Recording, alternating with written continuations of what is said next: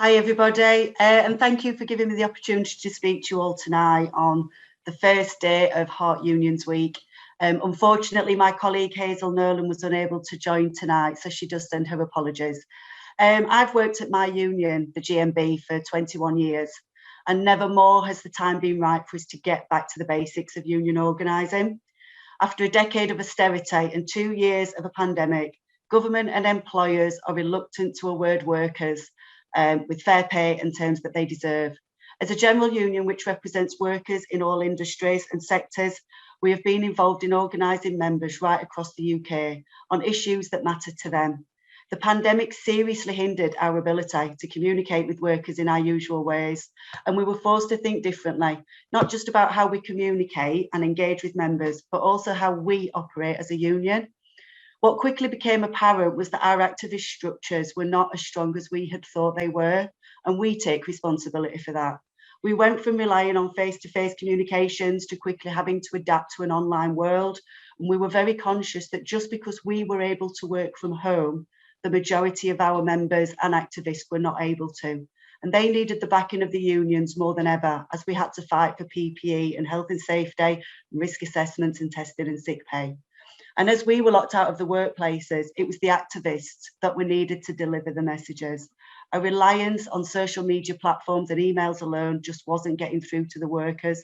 And we battled pandemic issues, which were fundamental health and safety importance, but they came to the detriment of other campaigns. We were simply unable to be everywhere that our members needed us to be, and there simply just aren't enough of us. And GMB Union's focus is now on how we make work better for our members.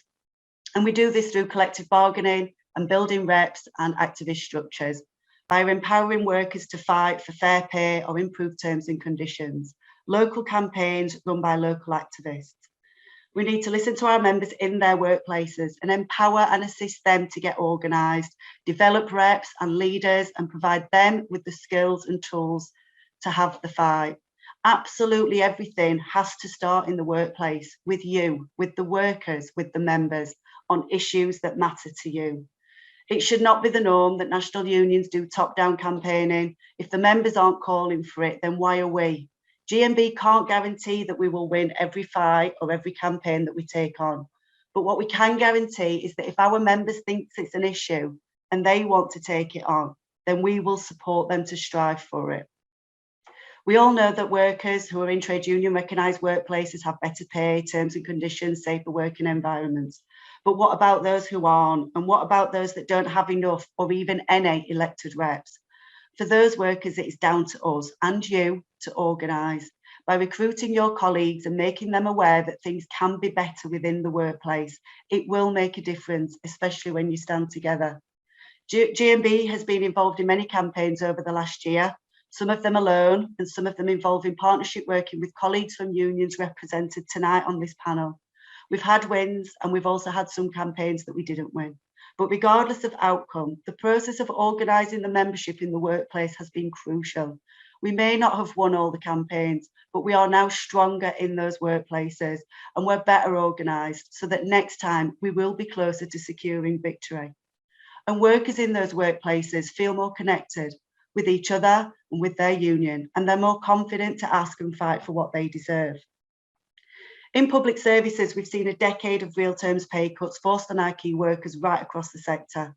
The very people who were forced to endure pay freezes and cuts were the ones that we were applauding throughout the pandemic, but then they were quickly forgotten again when it came to pay awards.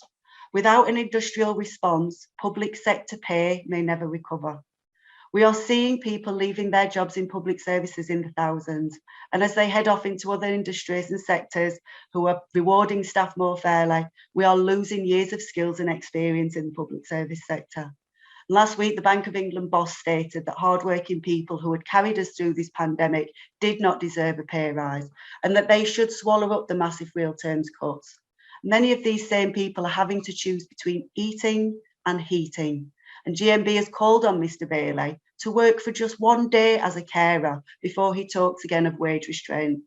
In care, we've secured the real living wage for all care workers in Wales, but GMB is calling for £15 an hour as a minimum for all care workers everywhere because it's the least they deserve. And yet what we're actually seeing in care are national care providers draining the profits out of that system and leaving care workers on minimum rates of pay with no access to sick pay or other enhanced benefits. And as the final insult, care providers such as Barchester Healthcare are serving derecognition notices on the unions. GMB is using HeartUnions Week to expose them for attacking their employees' rights and for taking away their voices. And we're making sure our members know how to fight back. Sick pay continues to be an issue for workers in care, and Christina mentioned it earlier. GMB and other unions secured the government funding for sick pay during COVID. We know the failure to pay sick pay in care is the biggest infection risk there is, and the funding for this is still in place until March. And yet some employers have stopped paying it or chosen not to pay it at all, and the rest will follow in April. And we will once again see the return of poorly care workers attending workers they literally cannot afford not to do so. And in the NHS, GMB is calling for a significant increase in pay, which busts inflation, and a restorative payment plan to restore lost earnings. And we're calling for emergency funding and a reform of the ambulance service and how it's being run, as the current pressures have become unbearable for ambulance staff. And these campaigns are all being led by reps and activists right across the country in GMB. And without these issues being resolved, we'll continue to experience the staffing crises that we are. Workers in these sectors deserve better, but the only way we can help them is by organising them. The workers are the union. They are the leaders of the campaigns, and only by them standing in solidarity with each other will we win. It's our job and our duty to do this. And when they do get organised, they will win. Look at what's happening in waste recycling and refuse collection services across the country. In Brighton and Hove, we've got drivers and loaders that took part in industrial action over pay, and they won. And when they won, so did the care workers, because they got an uplift in pay as a result. And in Sandwell, we've got refuse collectors who took on the fight over bullying and health and safety concerns. And in Solihull, the bin contract is run by Amy, who are refusing to collectively negotiate on pay with the GMB. And our members have called for a ballot for action, which will end at the beginning of March. And in Wiltshire, the waste collection members have just voted for strike action.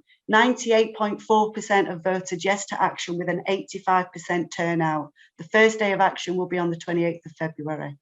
Now, these actions are being led by the members. They are instilling the confidence in others to fight. And what we have seen is a ripple effect, with workers in similar positions being empowered to do the same. We have private contracts being run for profits in hospitals across the country, driving down terms and conditions of colleagues working in the health services. One by one, we are organising them to fight for parity with NHS colleagues. In Croydon Hospital, G4S members are calling for action ballots to fight for sick pay, and they're backed by their clinician colleagues.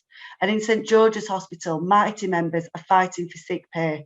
They've got a protest planned for this week on Friday. In security, we've got GMB members that are being balloted on 5 to 7% increases in G4S. And at HMP Altcoast, G4S made an offer of 3%, which was massively rejected by the membership. And we now have a revised offer of 7% on the table. And our members in Yodel secured an improved pay award after a successful vote by the membership in favour of action. Members are now benefiting from between a £2.50 and a £3 per hour pay increase. And it was mentioned earlier, Uber, our members in Uber took the fight and demonstrated that workers in the gig economy could be organised. They fought for their rights. They secured positive changes to employment terms such as minimum wages and holiday pay and access to pension plans. And we've now secured a recognition agreement which will benefit 70,000 drivers. So just to finish up, I'm calling on everybody, as we all are, who has taken the time to tune in tonight. Make a commitment to ask at least one non-union member in your workplace to join the union. Why not also speak to your friends and family? Are they in a union? If not, why not? Tell them to join. Union members should inquire about the different activist roles. Not everybody needs to be a shop steward or a health and safety rep. Some people may choose to be active in their branch, be a workplace contact, hand out newsletters, be a ballot lead, a young members officer. There are so many ways you can get involved. And once you've joined, it's your union. Get involved. Look for opportunities to increase and diversify activism in your union. And why not start this week by checking out the HeartUnions events that are happening, offering your support where you can, and think about what you'd like to see change in your workplace, how we can start to organise and build and help you achieve that change and make work better. Thank you.